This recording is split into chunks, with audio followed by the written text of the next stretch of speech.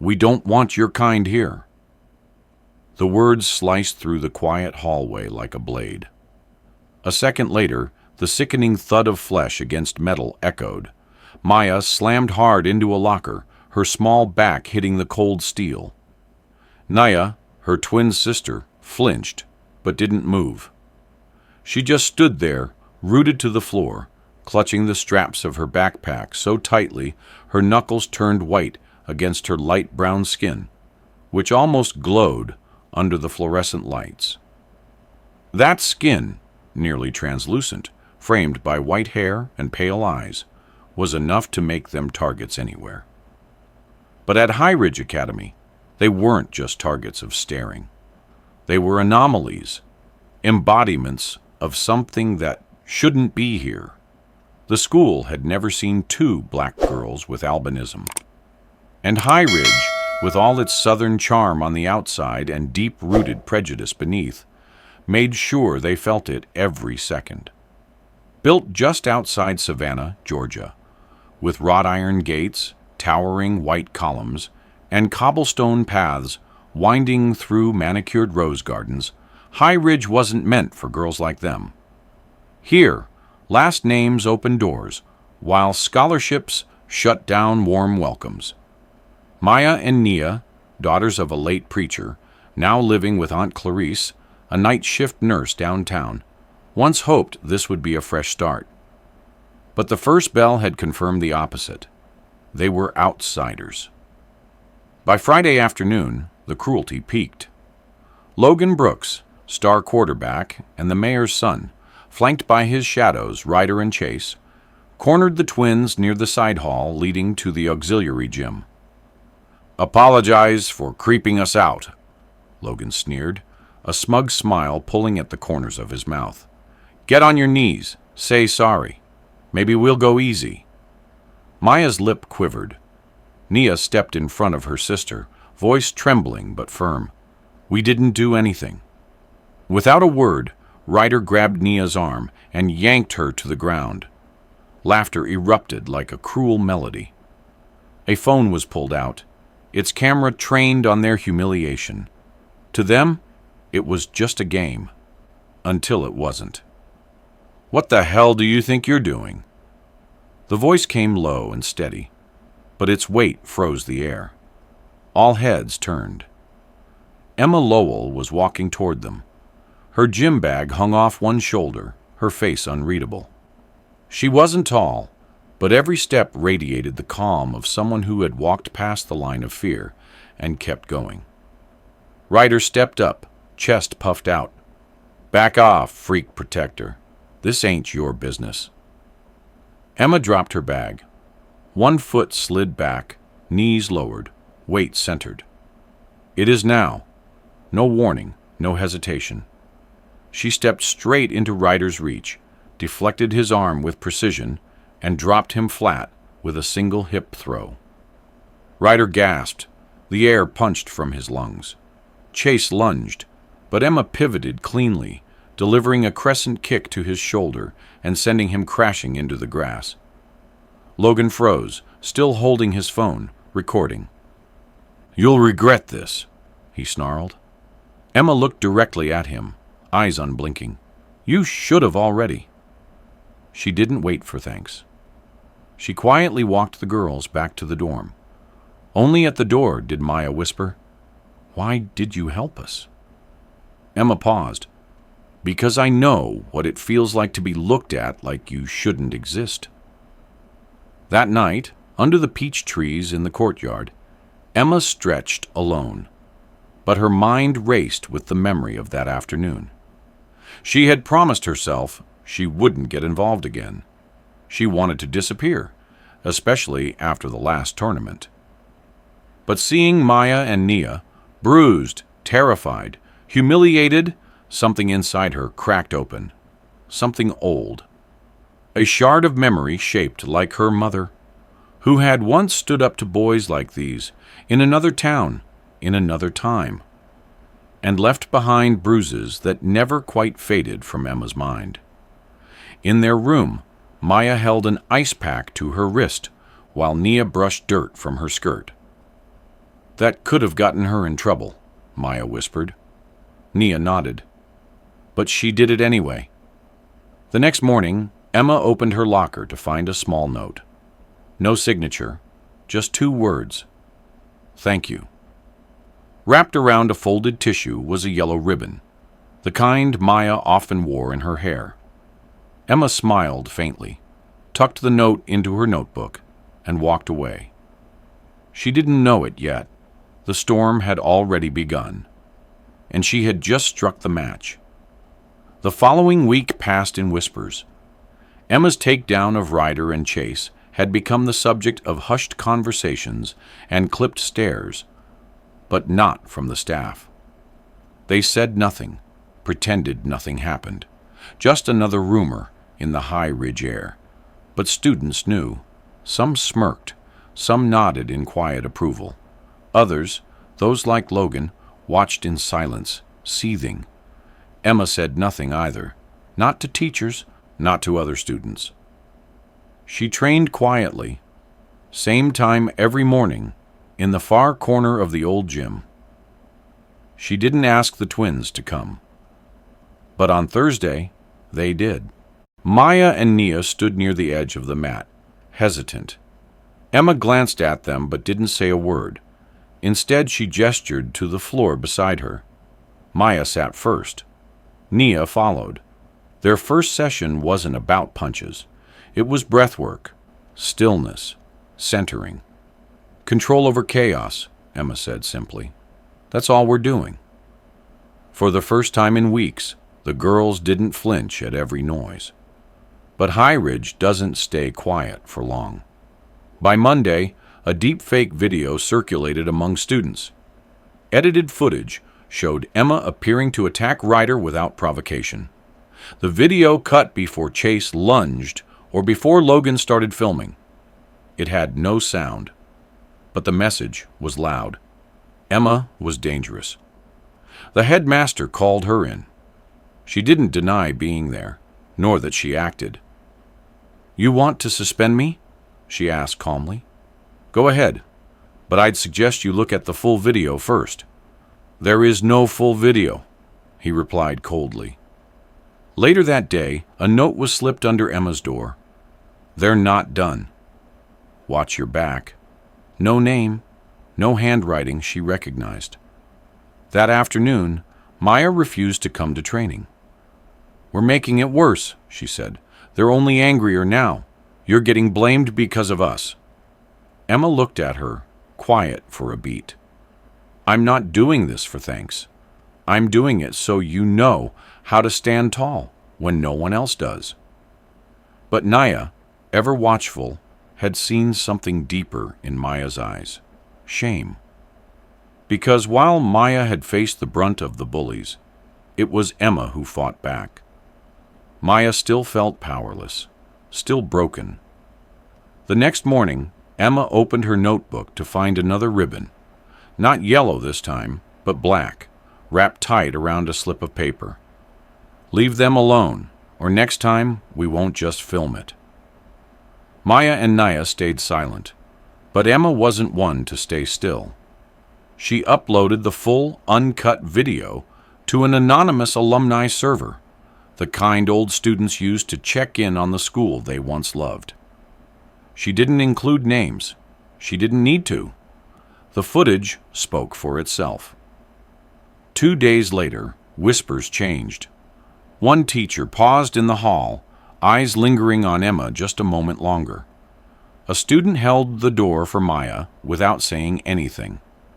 Logan stopped smirking, but retaliation was coming. Thursday evening, Logan's crew posted a fake story on the student forum. Emma sent to anger management, danger to student safety. The comments exploded. Supporters tried to fight back, but Logan's reach ran deep. In their dorm, Maya sat curled on her bed. "She's fighting this alone," she said softly. Nia sat beside her. "She chose that." "No," Maya whispered. "We did." At 6 a.m. the next morning, Maya and Nia stood outside the old gym waiting. When Emma arrived, she looked surprised but said nothing. "We're staying," Maya said. Emma nodded. That session, they trained harder than before. Punches, footwork, reaction drills. Maya fumbled, cursed herself, but kept going. Nia, calm, precise, began to find rhythm. "You don't need to be strong all the time," Emma told them at the end. "Just in the moments that count." She didn't know it yet, but those moments were closer than anyone expected, because Logan had a plan, and it would unfold not behind lockers or in hallways, but under stadium lights, in the shadows, where no one would see it coming. Friday night arrived with the kind of humid stillness that made even the trees seem to hold their breath. The stadium lights at High Ridge Academy cast long shadows across the football field, though the stands were empty. The team had wrapped practice hours earlier, and the place was supposed to be locked. But Logan had keys. His father, after all, was the mayor, and tonight was about sending a message. Emma received the text at 8:42 p.m. It was short. "Meet us under the bleachers. No one else. Settle this." She knew it was bait. She went anyway, but she wasn't alone. Unbeknownst to Logan, Maya and Nia had followed Emma from a distance, staying in the dark, moving like shadows across the campus lawn. They didn't tell her their plan. They just couldn't let her face it alone. Not after everything she'd done. Under the bleachers, Logan stood with Ryder and Chase. Chase held a metal pipe. Ryder wore fingerless gloves like some movie thug. Logan? He didn't need props. His power came from entitlement, and knowing the rules bent for him. Well, Logan grinned when Emma approached. "Didn't think you'd show." Emma stood still. "I told you once. You should have already regretted it." Logan shrugged. "Nah, but after tonight, maybe you will." Chase moved first, pipe raised. Emma ducked, kicked his knee sideways. The pipe clattered to the dirt. Ryder rushed in next. She spun low, swept his legs. He hit the ground with a thud. It wasn't a fight. It was a warning. But Logan didn't play fair. From behind, a fourth boy emerged. Someone new, heavier, taller. He grabbed Emma from behind, pinning her arms. Logan stepped forward, fists clenched. That's when Nia appeared. She charged from the side and slammed into the larger boy's ribs with all her weight. He stumbled. Emma broke free, elbowed him across the face. Maya came next, grabbing Logan's phone and throwing it into the grass. "You wanted a show?" Maya said, trembling but standing tall. "Here it is." Logan lunged. Emma intercepted, grabbed his arm, twisted, and brought him to his knees. He struggled, shouted, cursed, but the girls surrounded him now. Not to hurt, just to hold the line. Flashlights appeared suddenly from the far end of the field. Campus security, teachers, and behind them, Headmaster Brantley. Someone had tipped them off. Later, no one would know who made the call, but the anonymous video uploaded 30 minutes prior would show it all, this time with sound. The school board watched in stunned silence. Logan's father tried to blame Emma, tried to shift the narrative. But the footage spoke too clearly. This wasn't defense. It was an attempt at ambush. Ryder was suspended indefinitely. Chase expelled. Logan? Charges were filed. His political future cracked under the weight of silence broken. 2 weeks later, High Ridge hosted its first assembly on bullying, bias, and restorative justice. Emma stood at the back while Maya and Nia took the stage, invited, not forced. The applause was hesitant at first. Then it grew, not out of obligation, but out of respect. A plaque was mounted outside the auxiliary gym, in honor of those who stood when others wouldn't. Courage is not noise, it's presence. In the courtyard, Under the same peach trees where Emma once stretched alone, the three girls sat. No words, just peace. Nia broke the silence. We didn't fix everything. Emma shook her head. We weren't supposed to. Maya smiled. We just lit the fire. And for the first time since arriving at High Ridge, the air around them felt light. Not because the storm had passed, but because they had become the storm. And High Ridge would never forget it. Spring melted into High Ridge with soft winds and blooming dogwoods, but the air carried more than the scent of flowers. It carried memory. The story of what had happened beneath the stadium lights no longer lived in whispers. It walked the halls, not loudly, not arrogantly, but with presence, with weight, like Emma's steps, like Maya and Nia's quiet confidence. In the days after the incident, changes came slowly, but they came. Security cameras were added to the less traveled paths. The headmaster announced a new student safety council. Maya and Nia were the first to be asked to join. A new policy required all disciplinary actions involving violence to be reviewed by a third-party oversight committee. Logan's father resigned quietly from his re-election bid. Ryder transferred to a military prep school 2 states away. Chase stopped showing up altogether. No apologies were ever given. But the silence they left behind was, in its own way, a confession. Meanwhile, Emma, never one for attention, returned to her morning routine. Same time, same gym. But this time, she didn't train alone. Maya and Nia showed up every morning without fail. Word spread. A few others started joining, first out of curiosity, then respect. By mid-May, there were nearly a dozen students rolling out mats before the bell rang. Some of them had once watched the twins in silence. Some had once laughed. No one laughed anymore. A new banner hung in the old gym, Self-Defense Club, led by Emma Lowell. Courage is a habit. One morning during warm-ups, a freshman boy approached Nia and asked if he could partner with her. She hesitated, then nodded. They bowed. The gym kept moving. That same week, Maya was invited to speak on a student panel about bullying and resilience. She almost said no. But Emma looked at her and said, "If you don't want to speak, don't. But if you're afraid, that's the exact reason you should." Maya spoke. The auditorium was full. Her voice shook at first, but she spoke. About what it felt like to be stared at like you were something other. About the pain of invisibility, and how sometimes silence wasn't safety, it was surrender. About how one person standing up didn't just change a moment, it changed a direction. There were tears, from students, from staff, even from the headmaster. The next day, someone left a small origami crane on Maya's desk. Folded perfectly, no note, just the gesture. On the last day of term, the school held a recognition ceremony. Unexpectedly, Emma, Maya, and Nia were called forward. Each was handed a silver pin in the shape of a flame.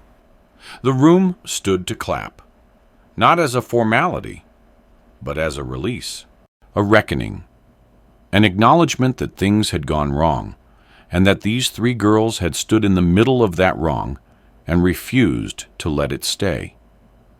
As they walked off stage, Emma leaned in and said, "We didn't ask for this." Nia nodded. "But we answered it." That night, under the peach trees once more, Aunt Clarice joined them. She stood in her scrubs, tired from another night shift, but smiling as if she could see something in them the world had missed. "I always knew y'all weren't just special," she said. "You're necessary." The breeze rustled the branches above. For the first time, High Ridge felt less like a place they survived, and more like a place they'd changed. And though the scars still lived beneath their sleeves, The girls walked taller now, because the fight wasn't just won, it was witnessed. And that made all the difference.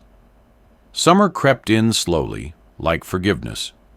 The air grew warmer, the days stretched longer, and High Ridge Academy shifted from quiet tension to something unfamiliar.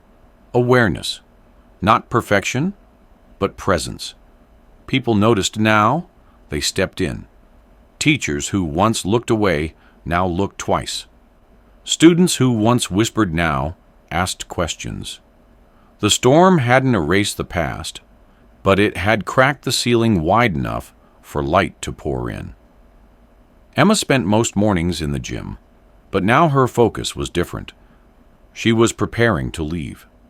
Graduation was weeks away, and the girl who once tried to disappear now stood at the center of something she had never intended to start. The self-defense club had grown. The twins had become mentors to the new ones. And Emma? She watched quietly from the edge, letting go with grace.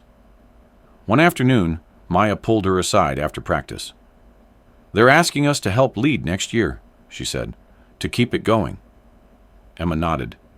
"You should." Maya hesitated. "What if we're not ready?" Emma smiled. "You weren't ready the first time someone slammed you into a locker either, but you showed up. And that's all leadership really is. Showing up, especially when it's easier to walk away." Across campus, Nia was sketching on the back of her notebook. She'd started designing a logo for the club. Two figures bowing toward each other, one with albinism, one without. Above them, a phrase in bold, "Strength is what you pass on." A week later, the school board invited the three girls to a closed-door meeting. They wanted advice, real input, what policies mattered, what needed to change. It wasn't performative. It was real. Emma spoke first, then Nia. Maya saved her words for last. "Don't just react when someone screams," she said. "Listen when they go quiet. That's where the damage happens." Silence followed, but not the kind they once feared. This silence was thoughtful, pens scratching on paper, heads nodding. As graduation neared, Emma found herself back under the peach trees one evening, watching petals fall like soft endings. She remembered her mother's hands, scarred, strong, warm. She remembered the fights they both carried, and then she let them go. At the ceremony, Emma walked the stage with quiet pride. The gym erupted in applause, not because she won medals, but because she gave others the courage to stand. Maya and Nia, dressed in matching white dresses with bright yellow sashes, handed her a small box after the ceremony. Inside was a ribbon, gold, frayed at the edges, and a handwritten note. "You didn't just protect us. You woke us up." Emma folded the note, tucked it into her pocket, and pulled the girls in for a hug. When school resumed the following fall, Emma was gone, but her echo wasn't. The self-defense mats still unrolled every morning. The club now bore a new name, the Lowell Circle, and carved into the wood above the gym doors were 7 words the twins chose together. Courage isn't loud, it simply refuses to leave. And it never did. Years passed. The red bricks of High Ridge Academy remained the same, but something deeper had shifted. Etched not in architecture, but in memory. The story of 2 black albino girls who had once been shoved into lockers, humiliated, almost forgotten, was now part of the school's DNA. Not just in plaques or policy, but in posture, in the way students looked at each other, in the way they listened. Maya and Nia returned every year, not as students, but as mentors, as living proof. The self-defense club thrived, now open to the entire town. They taught boundary setting, breath control, body balance. But more than that, they taught presence. They taught kids how to take up space with grace, how to say no without shouting, how to stand even when no one clapped. Emma never returned in public. She didn't need to. Her name was carried in the way new students bowed at the start of class, in the way Maya's voice stayed calm, even during hard conversations, in the way Nia lifted others instead of just defending herself. One winter, after a difficult incident involving a new student who'd faced bullying for his stutter, Maya sat beside him on the gym floor long after practice had ended. She didn't say anything at first, just sat there. Then quietly, she placed a folded yellow ribbon in his hand. "This means you're part of the storm now," she said, "and we don't bow to fear." That same year, High Ridge Academy received national attention for its restorative justice programs. Schools across the country reached out. Not because High Ridge had become perfect, but because it had changed in the places that mattered. At the 10-year anniversary of the original club, Nia stood behind the podium in the same courtyard where Emma once stretched beneath peach trees. Her voice, once soft and reluctant, carried strong and steady through the crowd. "This isn't a story about victims," she said. "This is a story about what happens when silence breaks, when someone decides that enough is enough, not with fists, but with presence, with purpose." Behind her stood Maya, arms crossed, a quiet smile on her face. And beside them hung a mural, hand-painted by students over the years. It showed 3 figures, one mid-kick, one kneeling to help another up, and one standing with arms open, facing the light.